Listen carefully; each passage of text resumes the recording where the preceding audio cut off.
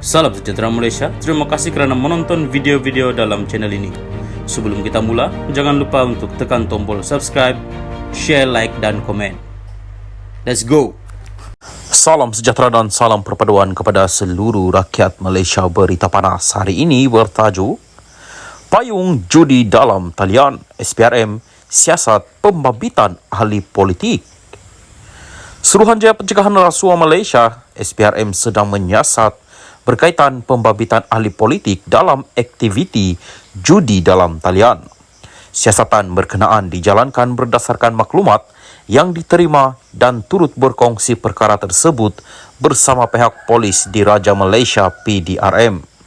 SPRM tidak akan berkompromi dengan mana-mana pihak yang terlibat dengan kegiatan rasuah serta salah guna kuasa hingga menyebabkan isu judi ini berlaku, kata kenyataan yang dikeluarkan bahagian komunikasi strategik Suruhanjaya itu pada hari ini. Malam tadi, Ketua Polis Negara Asril Sani Abdullah Sani berkata pihaknya dan SPRM berkongsi maklumat bagi menentusahkan aktiviti judi dalam talian yang melibatkan pihak politik. Asril Sani berkata pihaknya telah menerima maklumat berhubung perkara itu dan siasatan sedang dijalankan. Ini susulan pendedahan Menteri Dalam Negeri Saifuddin Nasution Ismail di Parlimen kemarin yang mendakwa terdapat naungan politik melindungi pengendali platform perjudian dalam talian di negara ini. Saifuddin menjawab soalan R. Ramanan, PH Sungai Buloh, yang mana tahu jika benar wujud naungan politik yang melindungi kegiatan perjudian haram dalam talian. Menteri itu juga mendakwa pihak yang menyediakan platform perjudian dalam talian itu boleh mengaut keuntungan sekitar RM200 juta seminggu. Salam sejahtera dan salam perpaduan kepada seluruh rakyat Malaysia. Berita panas malam ini bertajuk dakwaan aset UMNO RM100 bilion hilang. Tun M, dua bekas menteri digesa beri penjelasan. Berita penuh. Veteran UMNO menggesa Tun Dr. Mahathir Mohamad bersama dua bekas Menteri Keuangan memberi penjelasan berkaitan dakwaan kehilangan aset UMNO dikatakan bernilai RM100 bilion. Penjelasan bekas Perdana Menteri yang juga bekas Presiden UMNO itu bersama Tun Daim Zainuddin yang juga bekas Bendahari Parti selain Tan Sri Nor Mohamed Yaakob menurut veteran UMNO perlu kerana rakyat khususnya ahli parti itu berhak tahu cerita sebenar.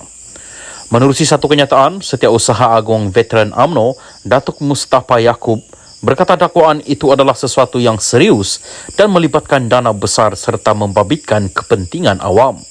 Saya kira orang ramai, khususnya ahli UMNO, perlu diberi penjelasan oleh tiga bekas pemimpin ini. Bagi saya, ini sesuatu yang serius dan melibatkan dana yang besar, membabitkan kepentingan awam, apatah lagi jumlahnya begitu besar, katanya. Mustafa merujuk dakwaan pengendali laman blog Malaysia Today, Raja Petra Kamarudin, kononnya wujud pertelegahan di antara ketiga-tiga bekas pemimpin itu berhubung isu aset berkenaan.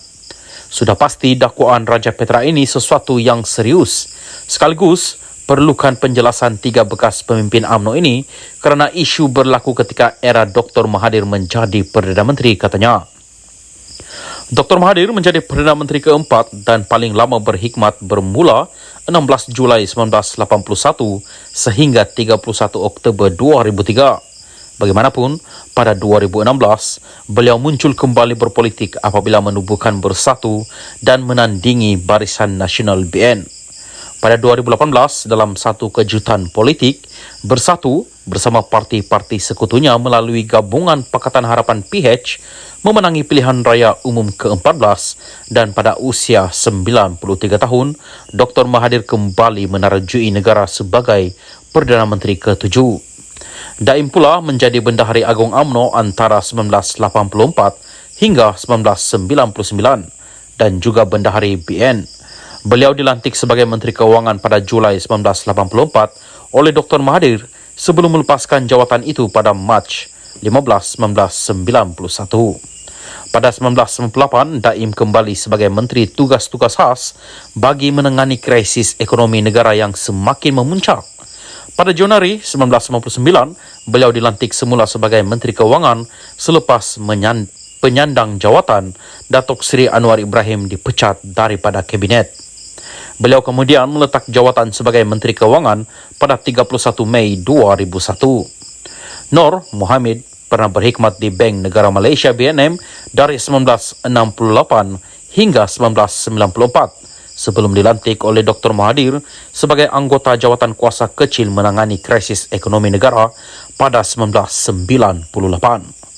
Pada Mei 15, 2000, beliau dilantik sebagai penasihat khas ekonomi kepada Perdana Menteri dan 2 tahun kemudian dilantik sebagai pengarah Khazanah Nasional sebelum menjadi senator dan dilantik menjadi Menteri Keuangan 2 dari 2004 hingga 9 April 2009.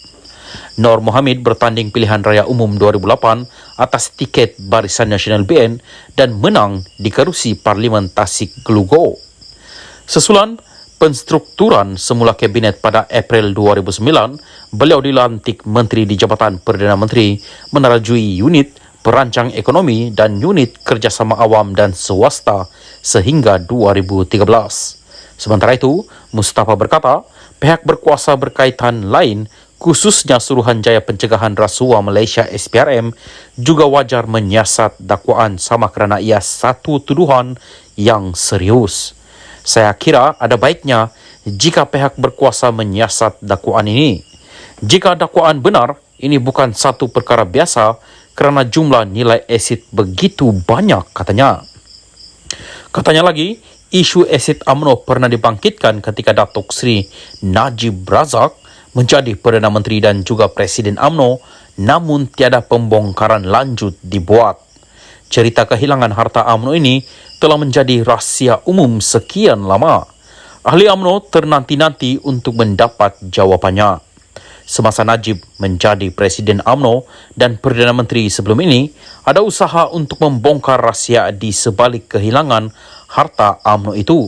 Tetapi Najib tidak bersetuju atas dasar pri kemanusiaan, katanya.